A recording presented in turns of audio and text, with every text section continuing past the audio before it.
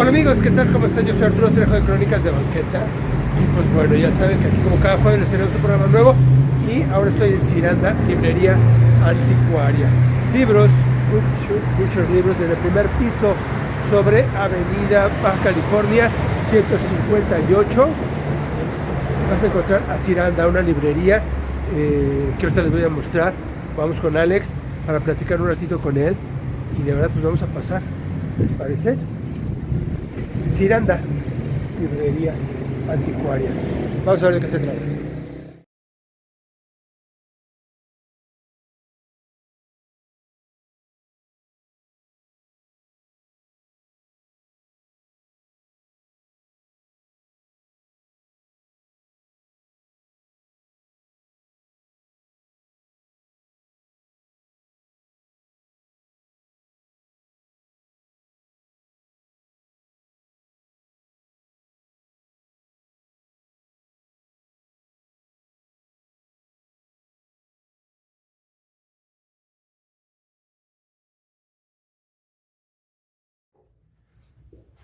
Hola amigos, ¿qué tal? Pues bueno, como cada jueves nos encontramos con un programa más de Crónicas de Banqueta Presenta. Y en esta ocasión estamos aquí sobre Baja California 158, en la librería Ciranda, librería anticuaria, ¿no? ¿Qué es? Porque libros antiguos o... Es que muchos le llaman librería de paso, de viejo le llamábamos nosotros. ¿Y tu anticuaria? ¿Por qué?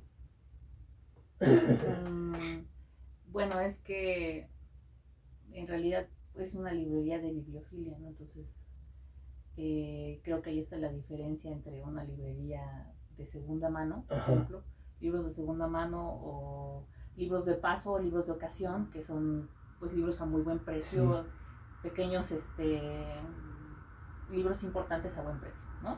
Exacto. Y nosotros no, nosotros además tenemos libros especiales, primeras ediciones, libros firmados, y creo que ahí está la diferencia. Que es lo que he estado revisando. Ella es Lisbeth, ¿no? Y pues bueno, recién mamá de Esteban. Así es. Que ya es su primera entrevista. Y al lado está Alex, que es el papá. Gracias por dejarme entrar aquí a la librería. A ti. Y pues bueno, para conocerlo un poquito, estábamos platicando hace rato que ya dentro de los libros ya tienen un buen tiempo. Y la librería pues tendrá 3 años, pero ya estaban en otro sitio. ¿En dónde está? Pues empezamos con librería virtual y hace 2 años y cachito ocupamos un local en Mixcoac, en lo que después fue la librería del Último Encuentro, que creo que conoces. Exacto. Y que ya también esa casa se vendió y ya no hay librería ahí, ni habrá, yo creo. Ni como Casa Cultura, ni... No, ese proyecto desapareció. Bueno, desapareció de ahí. Ay. Y creo que los colegas, los amigos están buscando. ¿Dónde? Buscando el local. Pero, entonces no sé, entonces estuvimos ahí como unos 8 meses, yo creo. Y nos ofreció Eric, que él lleva Bacal aquí abajo, que es un restaurante, bar, lugar de eventos, que últimamente ha estado abriendo solo por eventos justamente. Y él dijo, bueno, hay un local ahí arriba, ¿por qué no lo prueban? Y probamos y nos encantó. Nos encantó también la cercanía de Bacal, que es donde hemos hecho conciertos, presentaciones de libros, todo tipo de eventos, lecturas. Y pues ya llevamos como año y medio acá arriba. Estamos en un primer piso, pero aquí atrás lo que ven es el eje 3. Sí. El hermoso. Quiere decir que no tenemos la misma visibilidad que si estuviéramos a pie de calle, pero tampoco es como estábamos en Mixcoac, en un traspatio en el segundo piso. Exactamente. Hay que avisar ahí. No, pero y decía de conciertos porque él es músico, entonces también, y presentaciones de libros con autores y demás. Aparte este tipo de el concepto como que ha sido, ya ves que todo lo vintage ha vuelto, ¿no? Y el concepto de la librería también, afortunadamente. Sí. Y que decías tú, se vuelve mucho mejor porque es un libro pues ya leído y ya se vuelve súper recomendado. Sí. Eso, yo creo que la diferencia principal de una librería de viejo y una librería anticuaria es que la selección, los libros aquí están seleccionados. Prácticamente todos los compramos uno por uno. Entonces imagínate las horas metidas en esto. Porque las librerías de viejo tienden a comprar bibliotecas. Nosotros nunca hemos comprado una biblioteca completa. Nos gustaría, ojalá un día nos cayera una biblioteca buena, ¿no? Pero por otro lado, esto nos exime de tener de repente 30 cajas de libros. Bueno, sí tenemos 30 cajas de libros que no sabemos qué hacer con ellos, pero por lo que se ha acumulado y de repente sí cae alguna donación grande o ofrecen un lote, parte de una biblioteca. Y entonces siempre sopesamos, ok, si hay suficiente porcentaje de material que nos interesa, entonces de repente ponemos libros gratis abajo, de repente ponemos libros a 50 pesos o menos. Pero en general, sí hay una selección. Cada libro está aquí por alguna razón. Sí, porque eso es lo que te encuentras cuando compras una biblioteca, ¿no? Libros que dices... La paja, la famosa paja. Exacto. Como pudiera decir, hasta en la paca, ¿no? Que dices, tallas extras o cosas así pudiera parecerse, ¿no? Pero aquí ya y he visto que lo tienen como súper organizado y clasificado, tanto de forma alfabética como de género. Sí, bueno, está en proceso. O sea, hay secciones como literatura que están mejor. Sí. Hay secciones como historia que no es nuestro fuerte, que tenemos poco y sigue en desorden. Arte, ahí va. Música es lo que mejor es. En realidad empezamos con una librería musical y en música tenemos 40 subsecciones que sí están bien organizadas y todo registrado, pero es un cuento de nunca acabar. Sí, no lo ibas a terminar. Y aparte también vi acá discos. Sí, eso es algo que es más un proyecto. Es que tiene que ver con una historia, dos historias. Nosotros decíamos discos, no, porque es otro universo, es otro negocio. Es inabarcable igual que los libros, pero los libros los conocemos bien. Yo, con todo y que soy músico, no soy tan afín al mundo de los discos, debo decir.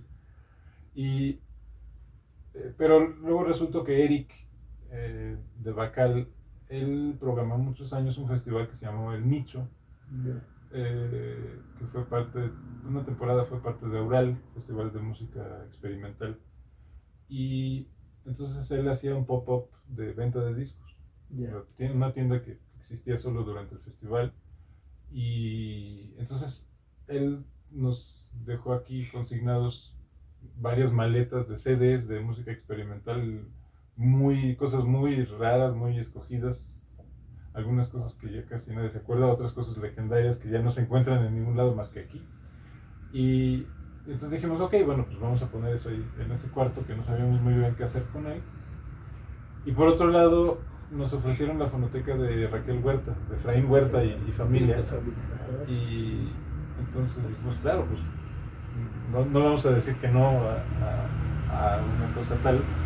Y obviamente salieron un par de discos que son, más allá de la música, que son objetos históricos increíbles, como un disco que Roberto Bolaño le dedica a Efraín Huerta, que ahí lo tenemos ahorita lo ves. Sí.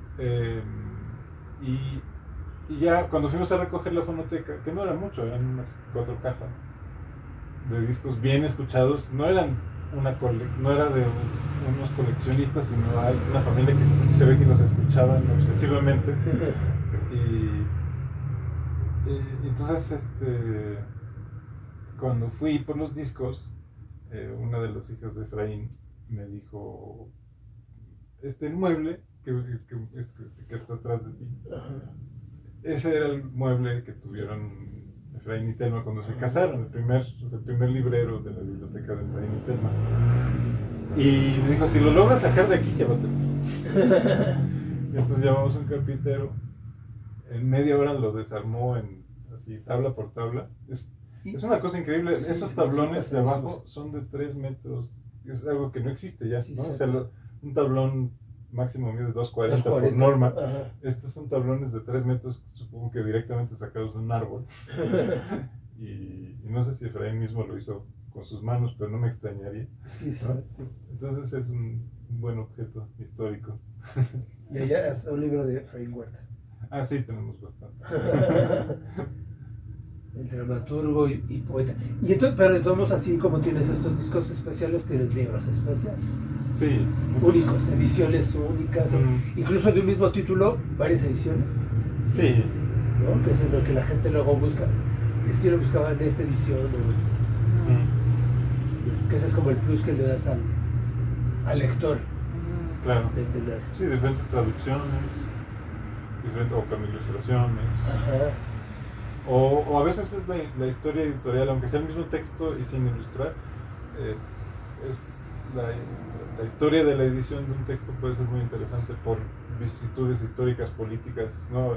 Aquí tenemos una buena sección de exilios, sí, que es algo que es un interés que nos une a Alice y a mí desde hace mucho, y entonces un texto tal vez se publicó en España en un tiraje de 50 ejemplares al final de la guerra, y luego llegando a México lo volvieron a editar, y entonces... Y ya le cambiaron algunas cosas, ¿no? Digo, porque a lo mejor aquí no se podía comentar eso, cosas así. ¿Sí? Pues sí. Bueno, más bien, por ejemplo... O más bien no se podía publicar, ¿no? Ellos lo publican aquí. Sí, bueno, están las famosas ediciones censuradas de Aguilar, por ejemplo, de Lorca, ¿no? Las obras completas de Lorca en Aguilar. Yo siempre he querido conseguirla creo que es del 71 o 77, donde ya por fin, o sea, curiosamente no censuraron prácticamente ninguna obra de Lorca, pero los prólogos, ¿no? Los prólogos, ahí sí le metieron mucha tijera a la censura franquista. Y yo siempre que me ofrecen las obras completas de Lorca en Aguilar, pregunto, no me interesa si es la primera, me interesa si es la primera sin censura. Exacto, sí, exacto. Y eso es lo que debe de tener pues, la gente que busca este tipo de libros, que van a ser libros únicos. Y que por eso no es de que deme dos, porque no se puede, o que vengan dos personas, yo el que quería, así es de que hay que hacer el apartado. De todos modos, dices, durante la pandemia, ¿cómo se les ocurre que en plena pandemia hagan un negocio pues de este tipo? Ocurrió, simplemente sucedió. Es que nos enamoramos en plena pandemia y los dos nos dedicábamos a los libros, pues ¿qué haces? Pues pones una librería. Y acomodarte a cómo era el contexto de esa época, ¿no? La situación. No podíamos salir nosotros, pero él sí salía a entregar los libros, que es como esta forma de... A veces uno pensaba uno, ¿no? Es pandemia, tengo esos 3 meses que me están dando, no tengo nada que hacer, me voy a poner a leer, ¿no? Cuando nos dimos cuenta que no era así, ni fueron 3 meses, ni era de que no tuvieras nada que hacer, cambió el ritmo de vida, ¿no? Y la forma de hacer el negocio. Totalmente. Él se tuvo que ir en la bicicleta a entregar libros y libros, y pues luego nosotros... cambió tu forma de vivir del sueño, no tenías sueño y estabas despierto a veces a las 8 de la mañana, no sabes qué hacer, o a las 12 de la noche y cómo que hacías, ¿no? Y fue entonces buena oportunidad para poder abrir la librería. Pues gracias a las redes también.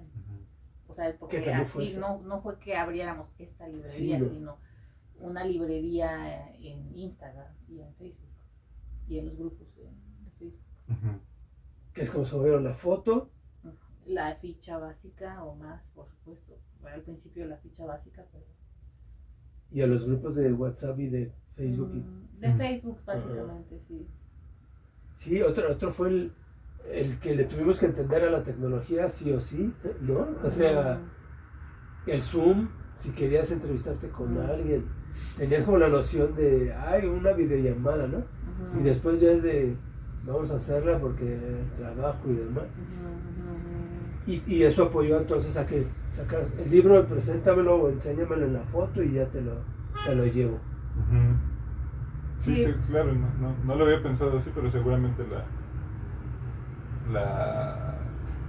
el fenómeno de los libros viejos, o de los libros, del comercio del libro anticuario en internet, que en México tiene una magnitud que no he visto en ningún otro lado. Sí. ¿No? Este grupo con el que empezó, el Rincón de la Cháchara, eso es pre-pandemia. ¿no? Empieza hace 6 años, creo, algo así. No mucho antes. Y ese grupo tuvo en un momento 70,000 miembros y la mayoría estaban en el DF.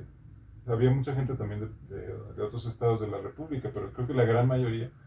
Y de esos 70,000 miembros, una buena parte eran miembros activos, o sea que participaban cotidianamente en las subastas, ¿no? Este grupo que todavía existe, pero y que en algún momento concentró, digamos, toda esta actividad y se vendían libros de a peso y se vendían primeras ediciones de García Márquez en 20,000 pesos, Sí. en el mismo grupo, ¿no?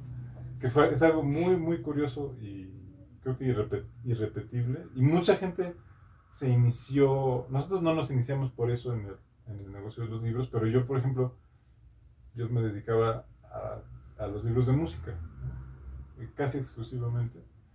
Y ahí fue uno de los impulsos que tuve pues de entrarle a otros tipos de otros géneros. Y Liz, tú eras más bien coleccionista, ¿no? Tú comprabas libros para ti. Uh-huh. Y yo compraba libros para una librería hipotética, más bien. No tanto para mí. No vendía casi en esos grupos, vendía muy poco. Sino que ahí me fue. Y ahí es como te fue difícil o no soltar. Porque cuando dices, es mío, no lo quiero vender, pero pongo a la venta y todo. ¿Qué? No es difícil, te lo quedas y pero es muy fácil.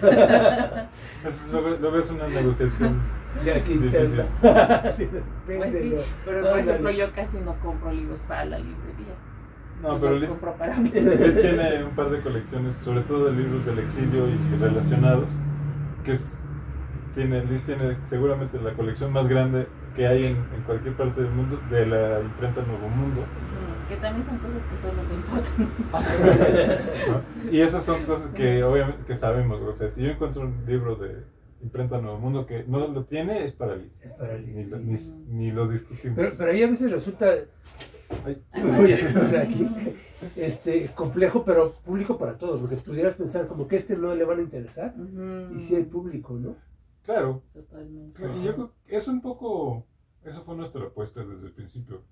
No apostar por los libros que todo el mundo busca. Exacto. Las primeras ediciones de Borges, y las primeras ediciones de Rulfo, y las de García Márquez. O sea, que sí está padre. O sea, si nos cae un Rulfo firmado, no vamos a decir fuchi. ¿No? Pero el mundo de los libros es tanto más rico que eso. Y por esas ediciones tienes 30 libreros peleándose por un ejemplar medio madreado de Pedro Páramo, ¿no? Y mientras tanto nosotros compramos libros que tal vez hace 5 años no le interesaban a nadie, pero que con el tiempo, o sea, porque la gente muchas veces es porque la gente ni sabe que existen, ¿no? Entonces, por ejemplo, libros ilustrados, una de nuestras especialidades, libros ilustrados por Josep Renau, el gráfico comunista español, excelente, catalán, exiliado en México, y que luego terminó en Alemania, terminó en la RDA. El año pasado andábamos por allá y fuimos a visitar los murales, los mosaicos que hizo. Y entonces, y al principio los comprábamos a 50 pesos, y ahorita ya, digo, no somos los únicos obviamente con ese interés, pero y ahorita ya es difícil conseguirlos y más a buen precio. Y que así le vas abriendo los ojos a la gente de que no solo existen estos, los clásicos, ¿no? Que también hay más y que volteen a ver otras cosas. Pero yo creo que es como ir educando al lector. Y pudiera ser fácil a lo mejor hacerlo, ¿no? Que viera que no nada más está García Márquez ni Octavio Paz, que bueno, como dices, pero también, híjole, es que de veras el que entra a una librería y empiezas a ver y dices, a ver, me voy a un libro, pero ¿cuál? ¿No? O sea, ay, y también este. Yo nunca tuve ese problema, porque yo antes de ser librero, no siempre, como que tuve una época de una pausa, donde prácticamente no compré libros, pero hubo una época de creo que 10 años donde comprabas 4, 5, 6, 10 libros al día. Sí. Barato, en la cháchara, ¿no? Sí. Generalmente baratos, pero no tenía ese problema de escoger. Y con eso de la moda del lo vintage y demás, el precio ha cambiado un poco, o sea, porque a veces sí dices, pues ya no está tan barato, así como dices, Ujú. o te quieren vender el barato, el que es de estos que dices, bueno, claro, porque está, ¿no? Pero sí ha cambiado entonces un poquito la oferta y la demanda. Sí, ¿no? claro. Yo creo que es natural, porque justamente Sí. algo que yo, hablando otra vez de esta cuestión de identificar el canon con, o sea, el interés de los libros viejos con el canon literario, que es algo, es curioso, en México y no sé si en general en Latinoamérica, pero en México sobre todo he visto esa identificación, ¿no? O sea, ¿por qué Ibargüengoitia, las primeras ediciones de Ibargüengoitia siguen siendo baratas? Pues porque en el canon no se le considera un escritor igual de serio que Rulfo, pero es un gran escritor. Sí. Yo siempre he dicho, si Ibargüengoitia fuera gringo, sus primeras ediciones valdrían $10,000. ¿no?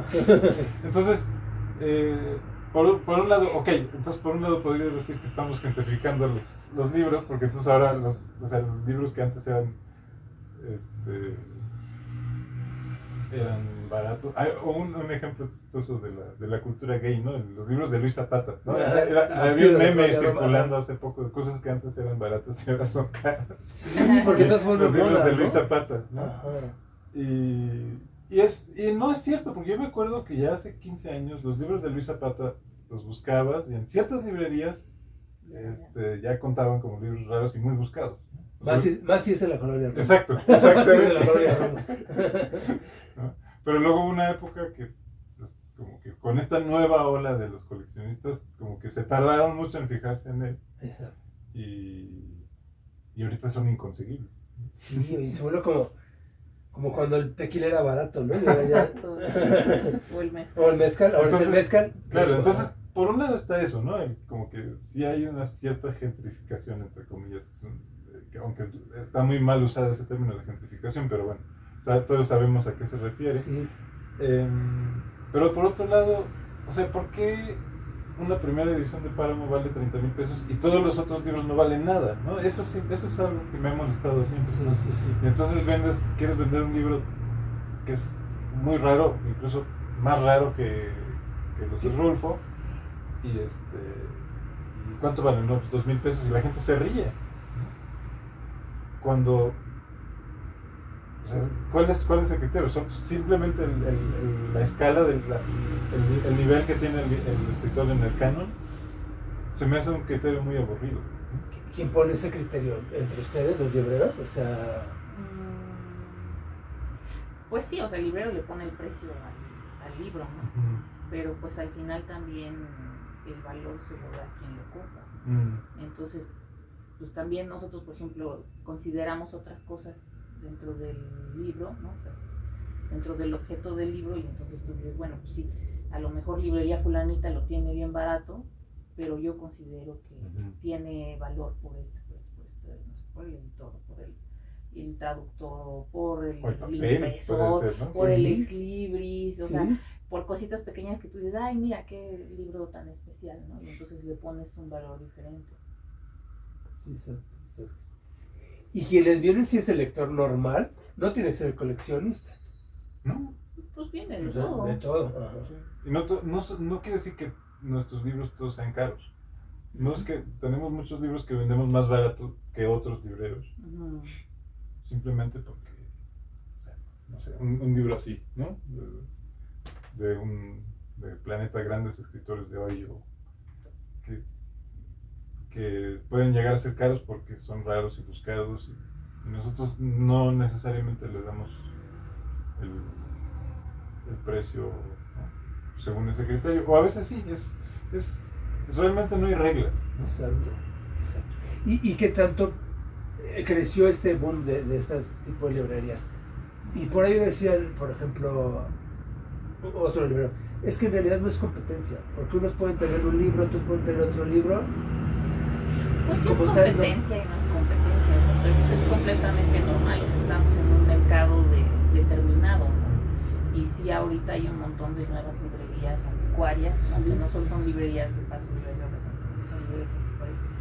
Pero lo interesante es que cada librero tiene sus propios intereses, ¿no? Entonces, hay unos que se clavan más con, no sé, con algunos libros de arte o primeras ediciones de literatura mexicana, bla, bla, bla. Y nosotros tenemos nuestros propios intereses y nuestros propios caminos. Y eso es lo interesante del negocio. Exacto. Eso es lo que decía cada uno. Y en realidad hay diferentes mercados. O sea, este es un mercado, el local es un mercado, ¿no? Pero en cuanto vendas en internet, pues hay mercados muy diferentes, donde el mismo libro puede valer 10 veces más o menos según el país, según la plataforma, según igual que el mango. O sea, el mango en el tianguis de Apatlaco no vale lo mismo que en Polanco. O sea, sí, exacto. Así es, ¿no? Sí, entonces, y también es una ventaja porque también ustedes hacen envíos. Claro. Ya todo es mango. Fíjate, sí, nacionales, internacionales. Y sí te va a valer más en Argentina, ¿por qué? No, depende, es que depende, porque el libro, nosotros, voy a develar un secreto de oficio, pero nosotros traemos libros de Estados Unidos, y que todo el mundo lo hace, pero nadie lo dice, que se venden mejor aquí, porque las primeras ediciones ilustradas por Covarrubias, aquí valen más que en Estados Unidos, excepto algunos que en Estados Unidos son importantes por ejemplo, el de dibujos de Harlem, de los negros de Harlem, que allá es importante por la revalorización de la cultura afroamericana, y aquí es importante porque es de Covarrubias, ¿no? Entonces, ahí más o menos. Pero hay otros libros que allá realmente no tienen mucho interés, porque son, por ejemplo, estos de la Heritage Press, que editaba justamente Harry Block, el de Imprenta Nuevo Mundo, antes de venir a México, y él contrató mucho a Covarrubias para hacer ilustraciones. Entonces hay mucho libro, traducciones al inglés, ¿no? En tirajes relativamente altos, ilustrado por Covarrubias, a veces firmado, o reediciones de libros en inglés como Melville, ¿no? Hay uno muy famoso, Typee, de Melville. Y entonces ese libro puede llegar a valer más en México simplemente porque no hay tantos. Y en Estados Unidos hay muchos, entonces no es tan apreciado. Exacto. ¿Qué lugares donde has dicho, híjole, no pensé que aquí me fueran a pedir un libro de qué otro país? ¿No? En Japón ya van 2, ¿no? ¿Japón? No, Japón. Es por el idioma. Ucrania ¿qué fue en Croacia, ¿no? Croacia, que nunca llegó. Que nos lo devolvieron porque no encontraron la dirección. Sí, pero llegó. Pero Croacia, Eslovenia, Japón, Chile, Singapur, apenas. creo, Chile. Argentina creo que no. Es que Argentina tiene un mercado de libro antiguo enorme, seguramente el más grande de América Latina. Y un tipo de cambio no muy favorable. Sí. Y también es en estas compañías de mensajería, la dirección también es como complicado, o es normal aquí que dices, bueno, deme la dirección, número, código postal, todo por allá, quizá. Sí, Chile, por ejemplo, Chile no tiene código postal, sí, pero no lo usan siempre, entonces es un relajo. Sí me lo he pasado investigando horas para estar seguro de que el libro va a llegar a donde tiene que llegar. Ay, sí, está difícil. Y entonces, ¿sí hay gente aquí en México nacional lectora? Sí, como sí, unos super lectores, unos super coleccionistas. Que eso es lo que me preocupaba, ¿no? Siempre se lo has dicho, porque, y qué bueno que tú me has dicho, sí, la gente sí lee, ¿no? A veces sí creemos que no, ¿no? O que unos dicen, no, yo leo más por los que no leen, porque hay unos que sí se la pasan leyendo, pero qué bueno que sí, y gente joven, ¿no? Sí. Interesada sobre todo, ¿no? Sí. Y bueno, hay coleccionistas y hay lectores y es un diagrama de Venn que no sabemos muy bien cuál es la proporción, ¿no? Porque hay coleccionistas que no es que lean tanto. Que quieren tener y es algo totalmente, digo, eso desde Edward Fuchs y Walter Benjamin sabemos que la actividad del coleccionista es una actividad socialmente necesaria, útil, aunque, o sea, nadie lee eso, y bueno, Humberto Eco y Anatole France y muchos han han hablado sobre este mito de que alguien tiene que leer toda la biblioteca para que se justifique tener tantos libros, ¿no? Y eso nunca es así. No. Es más como un espacio de posibilidades que uno navega según... Y que idealmente después cuando el coleccionista pasa mejor vida, pues idealmente se conserva, aunque eso es algo que, pues, por ejemplo, en México hemos visto muchas veces que es difícil, incluso personajes importantes que mueren y la familia trata de colocar la biblioteca en una biblioteca pública, en una institución pública. Exacto, que la custodie. Y tenemos muchas en la Biblioteca México, la Biblioteca de Licho Macero, claro, la Biblioteca de Carlos Monsiváis. Pero así hay muchas otras que andan, por ejemplo, la biblioteca de Antonio Toussaint, de repente nos llegan retazos por aquí, retazos por allá, esa se desperdigó. ¿Qué otras bibliotecas? La biblioteca de Lorenzo Zambrano, que es una cosa, debe de haber sido una cosa impresionante. ¿Y está en Monterrey?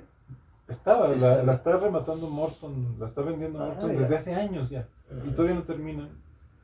Y parece que tenía de algunas obras importantes de la bibliofilia mexicana, Zambrano tenía muchos ejemplares. Creo que bien, pues bueno, ahora está Alex, se fue Liz, ahí va al niño, y estábamos un poco hablando acerca de las bibliotecas. Por ahí también me enteré que la biblioteca de José Emilio Pacheco algo iban a hacer con ella. ¿No está también en la Ciudadela? No, todavía no. Todavía no. Todavía está aquí, pues está acá, en donde vive Cristina.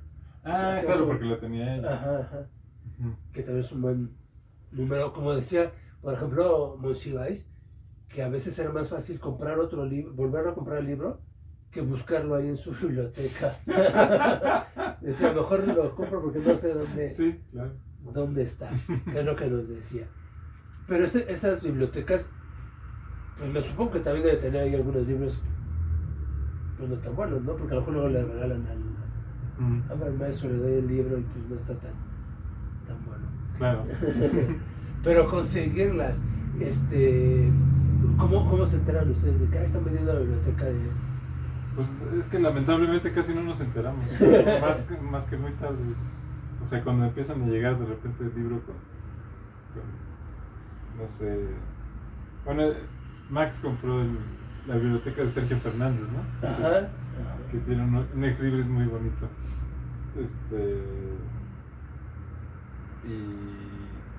Pero así es esto, nosotros llevamos relativamente poco tiempo, muy poco tiempo. Y generalmente los libreros con más antigüedad son los que se llevan las bibliotecas grandes. Son los más colmilludos, eso sí. ¿Qué tanto hay, por ejemplo, ya ves que en las redes, por ejemplo, mucho hater y se tiran unos con otros, pero con los libreros veo que todos siguen a todos, o sea, y Max es de los que dice, es que no es competencia, porque... Excepto cuando hay pleitos familiares de por medio, que también conocemos, sí, también. Conocemos unos casos. También. Pero, no, yo trato de llevarme bien con todos los libreros. Max es un poco nuestro mentor, involuntario, porque él está en su mundo, pero yo desde siempre le compraba libros y hubo una época donde le compraba muchos libros para la librería, ¿no? Primero le compraba ya como lector coleccionista, pero después gran parte de nuestra sección de música viene de la Jorge Cuesta y del hallazgo, ¿no? Últimamente ya no tanto, ya en parte ya no he tenido tanto tiempo de ir a recorrer librerías y eso también es algo curioso, que ese modelo de librero que compra a otros libreros. Yo conozco libreros que se ofenden si les preguntas si lo compraron, tal libro lo compraste en una librería. No, yo no compro en librerías. Pero hace unos años en un podcast, no era podcast, eran unas entrevistas por escrito que hizo una señora en Inglaterra con libreros ingleses, y por esas entrevistas me enteré que muchos libreros anticuarios así de buena reputación compran, por un lado, en subastas, y por otro lado con otros libreros, que es algo totalmente normal. Claro. Entonces en ese momento dije, pues creo que yo podría hacer eso. Sí. Ahora eso, ir a recorrer las librerías necesitas tiempo. Sí, sí. Y un poco, cuando empecé con la parte musical, la librería musical, la idea era esa, como que hay muchísimos libros que se editaron en México sobre música, que nunca se reeditaron. Sí los consigues, pero tienes que invertir una semana en ir a todas las librerías de viejo. ¿No? Entonces mi idea era tener un lugar donde por lo menos tuvieras un buen chance de encontrar un libro X. Y en música pues, estamos bastante bien cubiertos. No tenemos todo, eso es imposible, pero sí tenemos, o hemos tenido, o sea, muchos libros importantes sobre música mexicana los hemos vendido ya y a veces ya no los volvemos a conseguir. Pero la idea es eso un poco. Eso quiere decir que ya se lo están quedando y ya no sale de su casa o de su biblioteca. No, es que simplemente hay libros muy raros. O sea, por ejemplo, la definición, una definición que he visto sobre un libro raro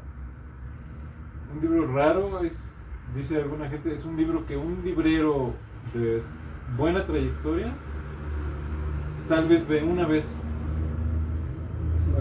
en vivo, ¿no? Y eso haría muchos de los libros que consideramos raros, no serían raros para nada, ¿no? La primera edición de 100 años de soledad, nunca hemos vendido una, pero he visto varias y yo he visto que se venden para el año, ¿no? Entonces, eso ni siquiera sería un libro raro, según esa definición. ¿Por qué? Porque el tiraje fue muy grande y porque una parte se distribuyó en México, además. También siempre, otra vez, depende de qué mercado estás hablando. Entonces podemos decir que los libros se reciclan. Sí. De mano en mano y de mano en Sí, mano. claro. Sí. Que también eso es bueno porque entonces la gente lo lee. O a veces no, a veces te llegan libros intonsos, ¿no? Que ya han pasado por varias manos, Pero ves y tienes la seguridad absoluta de que nadie los leyó porque están las páginas cerradas. en buen estado todavía. ¿Qué libro tan raro o edición única pudieran tener aquí o que dijeras? Pues, déjame pensar. Tenemos un libro que compramos un poco por fetichismo, que ni siquiera sé si lo queremos vender o si lo vamos a vender algún día. Es del impresor Alexander Stolz, que fue impresor y editor en Maastricht hasta la Segunda Guerra, que publicó 2 libros de Alfonso Reyes a iniciativa de Valéry Larbaud y que después terminó en México justamente por la amistad con Reyes, y aquí trabajó para el Fondo de Cultura y para la UNAM. Hizo mucha historia de la imprenta, historia del libro, y él editó muchos libros de Paul Valéry, entre ellos uno que se llama, lo puedo traer, se llama Existencia del Simbolismo.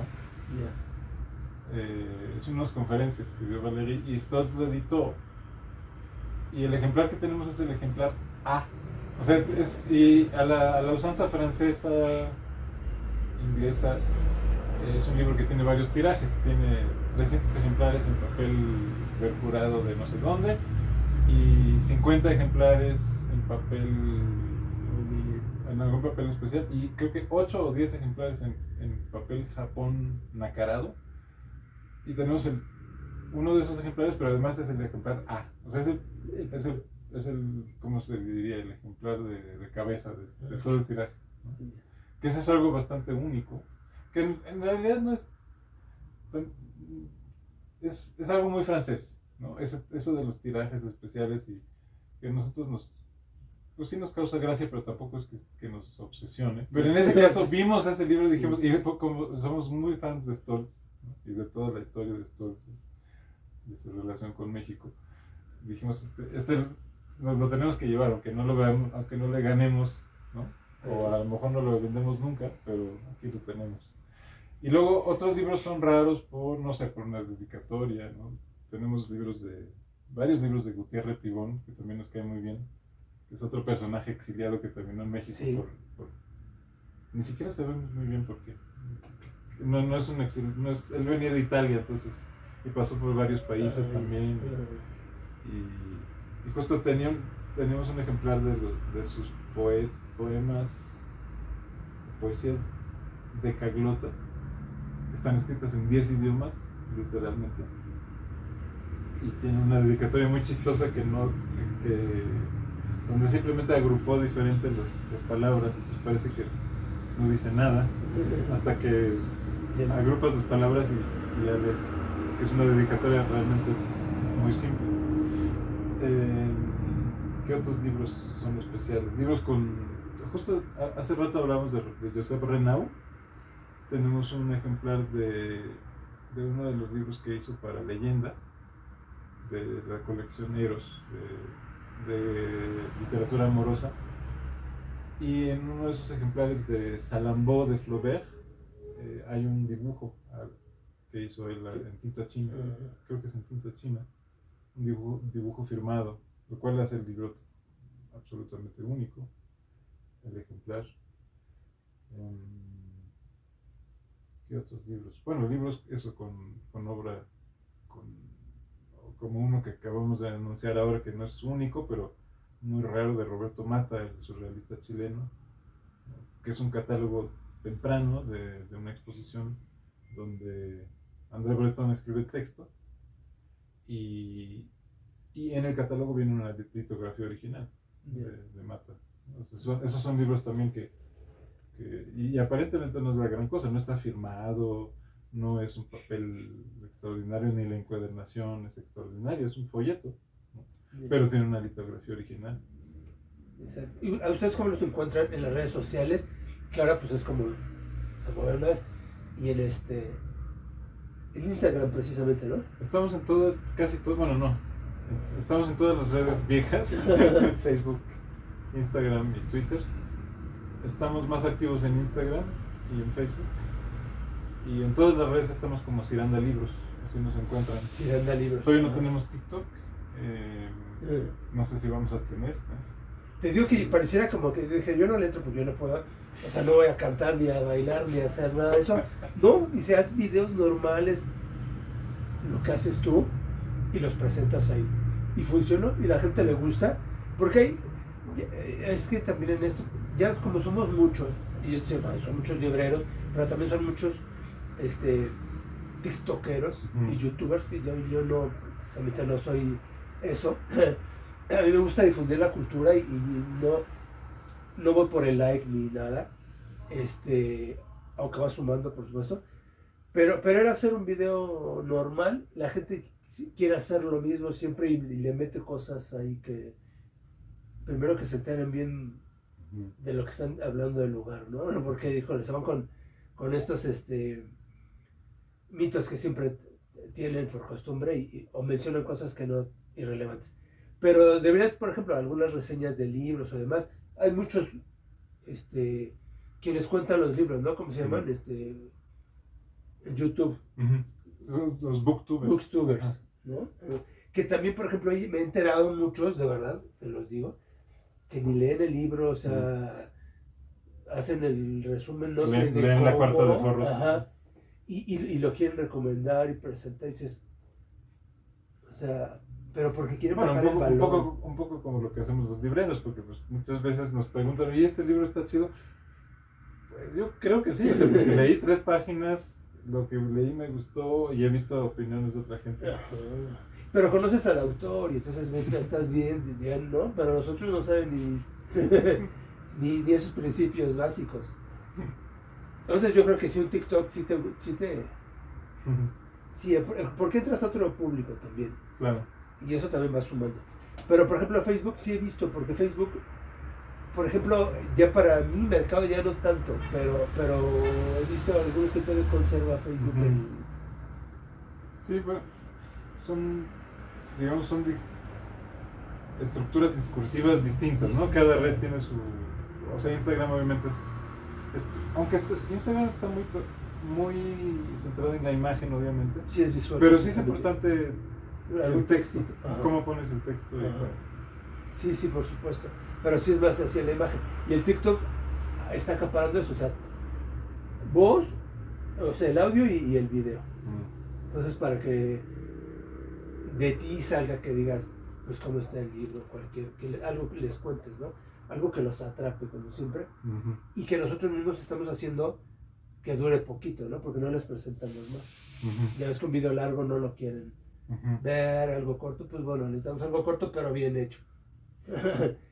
Sí, a mí como me enoja que es que de verdad hay cosas irrelevantes que dices, bueno, y esto como todo el mundo muerto por saber qué pasa en una casa, mientras en nuestras casas están sucediendo otras cosas distintas y no las atendemos, ¿no?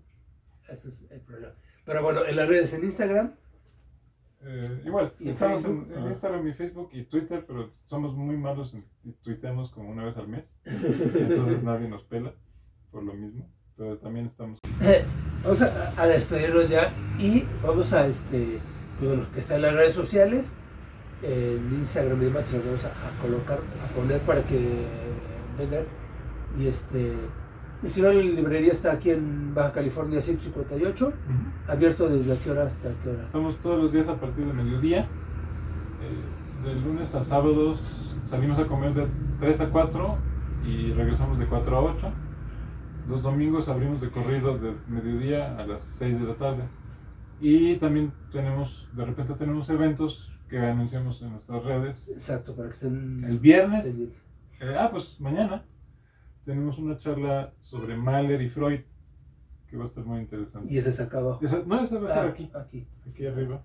Aquí también haces presentaciones de libros y... De repente, sí. O sea, cuando esperamos menos de 30 personas, lo hacemos acá arriba. Cuando esperamos más, tratamos de hacerlo abajo, también con conciertos. Hemos hecho conciertos arriba también conciertos de librería para poco público. Y abajo sí caben unas 45 personas más o menos. Entonces, si nos siguen en redes, ahí se van enterando de las cosas que se programen. ¿Qué vas haciendo? Libros como de que un poco es más de todo tipo, pero por ejemplo literatura y arte, por aquí vi algunos. Sí, bueno, todo esto es ahí en la sección de arte, empieza ahí arriba y es toda esta pared hasta acá. Y yo creo que son nuestras dos fuertes: arte, sobre todo arte del siglo XX, arte contemporáneo, mexicano, latinoamericano, y música. Yo creo que ya no la mitad, pero una buena parte todavía de nuestro catálogo es de libros de música y partituras. Según yo es la colección más grande que hay a venta, la colección más grande en Latinoamérica. Y tenemos libros de música mexicana, de música clásica, de rock, de jazz, de música experimental, de arte sonoro, de ópera, de música tradicional de diferentes países. Entonces realmente con eso empezamos y sigue siendo uno de nuestros fuertes. Los exilios, el exilio español en México, los exilios sudamericanos, los exilios de diferentes países es un tema que nos apasiona personalmente, a Alicia y a mí. Y ¿qué otra cosa? Pues ¿Son mexicanos los dos? Yo soy mexicano alemán y Liz es mexicana 100%. Pero sí, es que como que el exilio siempre ha sido, pensando en personajes como Derrida o Edmond Jabez, como que la palabra siempre ya está exiliada, entonces desde ahí el escritor siempre es un poco extranjero en su propio país, ¿no? Y lo que le pasa, por ejemplo, Leonora Carrington y Renato Leduc. Claro, y tenemos, y en México, eso es, claro, eso obviamente a lo mejor sea incluso el aspecto más importante, que en México tenemos una larga historia de exiliados que contribuyeron en gran medida a a formar la cultura nacional, sobre todo en los años 40. ¿no? Entonces, y la historia editorial, ¿no? O sea, Joaquín Ortiz era, todas esas editoriales directamente fueron fundadas por exiliados españoles. Exacto, exacto. Y eso en los 20, 30. Entonces, pues sí. ¿Y qué otras cosas? Pues, bueno, de áreas de las que suelen tener muchas cosas, las librerías de viejo como Historia de México no tenemos tanto, ¿no? Tenemos cosas que nos interesan por X razón o cosas que llegan un poco por casualidad. O sea, tenemos una selección pequeña pero intensa de Historia de México y de antropología. Libro antiguo, libros del siglo XIX también es un librerito que tenemos, donde hay cosas como, o anteriores, cosas del siglo XVIII, gramáticas, ¿no? Pero realmente son nuestras secciones más pequeñas. Libros en idiomas, tenemos mucho, todo un cuarto de literatura en inglés, en alemán, en francés, en italiano, en portugués. Que también, porque luego, que bueno, porque eso también busca la gente, ¿no? Que bueno, sí, mismo de la gente que está viviendo aquí en México, pero que es de otros países. Es bueno, yo quiero leer algo. O gente que muchas veces nos pregunta, ¿qué tienes? Estoy aprendiendo francés, ¿qué tienes así sencillito? ¿No? Y también algo que tenemos todavía poco, pero nos gustaría tener más es libros en lenguas de aquí, ¿no? En lenguas que no sean español. Que últimamente la producción es, como somos librería anticuaria, pues también en música nos pasa, ¿no? Tenemos de libros, de temas que nos interesan o que me interesan personalmente como músico, de repente no tenemos tanto porque hay muy poco o es producción muy reciente, ¿no? Entonces igual en lenguas indígenas hay una producción mucho mayor en los últimos 10, 15 años, pero son libros que todavía no se integran en el mercado de segunda mano. Exacto. No entran al concepto de antiguo. Pero bueno, vengan aquí, la verdad es que les va a encantar. Yo digo, siempre, bueno, a mí me pasa siempre, ¿no? Cuando voy a la librería, ahora que me llevo porque están todos, ¿cuál escojo? Pero pues bueno, gracias. Gracias Arturo. Por dejarnos entrar aquí. Y pues bueno, yo también estoy tratando de abarcar ahí varias librerías, siempre vengan a la que, pues por paso, ¿no? A veces muchos trabajan por aquí, luego no saben, pues yo por aquí trabajo y no sabía, ni me había enterado, pero a veces se entera del cafecito de donde le ponen el nombre, si todas las sucursales donde están, ¿no? Pero no las librerías. Gracias amigos y nos vemos el próximo jueves. Hasta la próxima.